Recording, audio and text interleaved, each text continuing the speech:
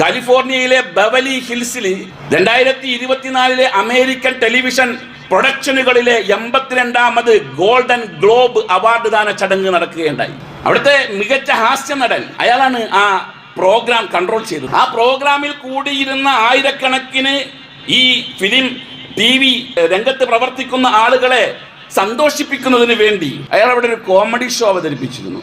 ആ കോമഡി ഷോയുടെ സ്ക്രിപ്റ്റ് എന്താണെന്ന് വെച്ചാൽ ഗ്ലോബൽ ലീഡേഴ്സിന് മാർക്ക് കൊടുക്കുക, അതായിരുന്നു അതിലത്തെ ഏറ്റവും പ്രധാനപ്പെട്ട സ്ക്രിപ്റ്റ്.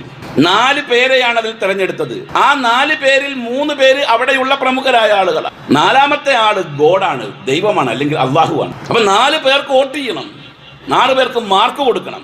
അങ്ങനെ വോട്ടെടുപ്പ് നടന്നു. അതല്ലെങ്കിൽ മാർക്കിട്ടിട്ട് ഓരോരുത്തരുടെയും മാർക്ക് സ്ക്രീനിൽ പ്രദർശിപ്പിച്ചു. 4 ഗ്ലോബൽ ലീഡേഴ്സിൽ ഗോഡിന് കിട്ടിയ മാർക്ക് 0 വട്ടപൂജ്യം. എന്ത് മെസ്സേജാ കൊടുത്തതെന്ന് മനസ്സിലായില്ലേ? ദൈവം എന്ന് പറഞ്ഞാൽ, അല്ലെങ്കിൽ അള്ളാഹു എന്ന് പറഞ്ഞാൽ ഒരു മാർക്കിന് പോലും അർഹനല്ല എന്ന അഹംഭാവത്തിന്റെ ഭാഷയാണത്. അതിനെപ്പറ്റി ക്രൈസ്തവ സഭ പറഞ്ഞത് ദൈവത്തിനും ക്ഷമിക്കുന്നതിന് അതിരുണ്ടെന്ന അവരും മതം പറഞ്ഞില്ലേ?